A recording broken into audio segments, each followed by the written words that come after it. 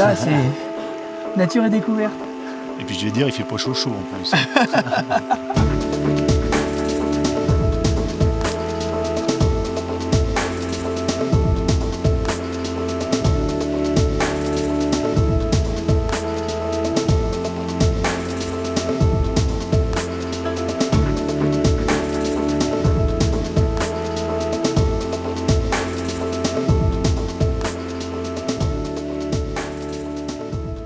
Et Seb, on vient de se faire un dénivelé là. Au niveau du cardio, ça va, mais j'ai les cuisses carrément explosées là.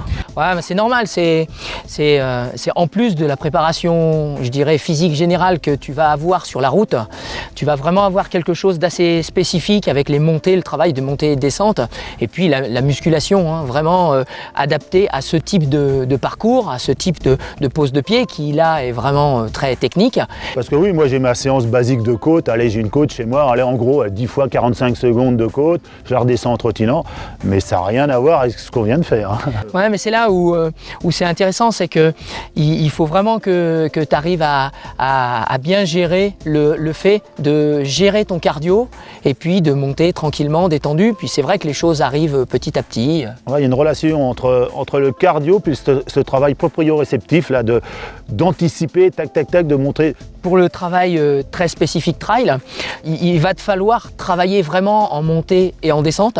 Pour ça, si tu habites en ville, hein, si tu es citadin, tu vas pouvoir travailler dans des escaliers, dans des tours de pompiers ou dans les escaliers d'un stade.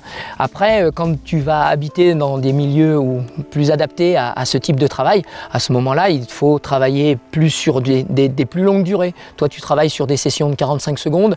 Nous, on va travailler jusqu'à des 10, voire 15, voire 20 minutes non-stop. Suivant le dénivelé, parce qu'il y a un moment, tu ne peux plus courir, tu te mets à marcher. Donc, il faut apprendre aussi à marcher. Ça, j'ai du mal. C'est le problème des coureurs sur route. Dès qu'il faut mettre les mains sur les cuisses, j'existe plus.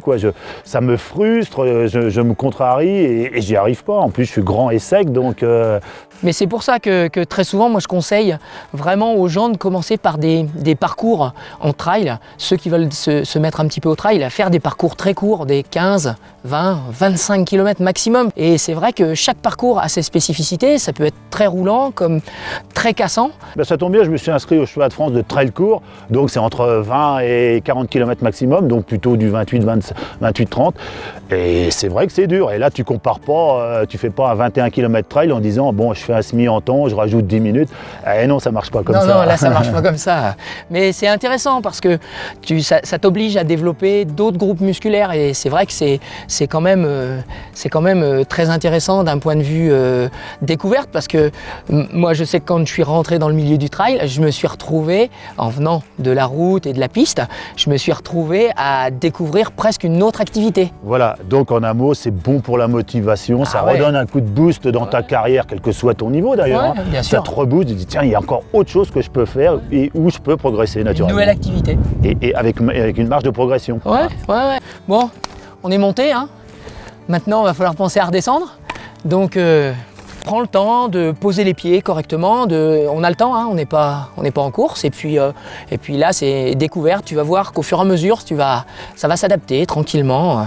Même si les cailloux, tu as l'impression quelquefois qu'ils se lèvent devant toi. Oui, parce que d'un autre côté, tu voudrais voir le paysage. Tu fais attention à tes pieds. C'est vrai, tu sais plus trop où regarder. Mais pour le paysage, on s'arrête et on regarde. Ouais, je crois que dans la spécificité du trail, vous avez des beaux paysages et ça, c'est un plus. Allez, on y va, c'est parti pour la descente.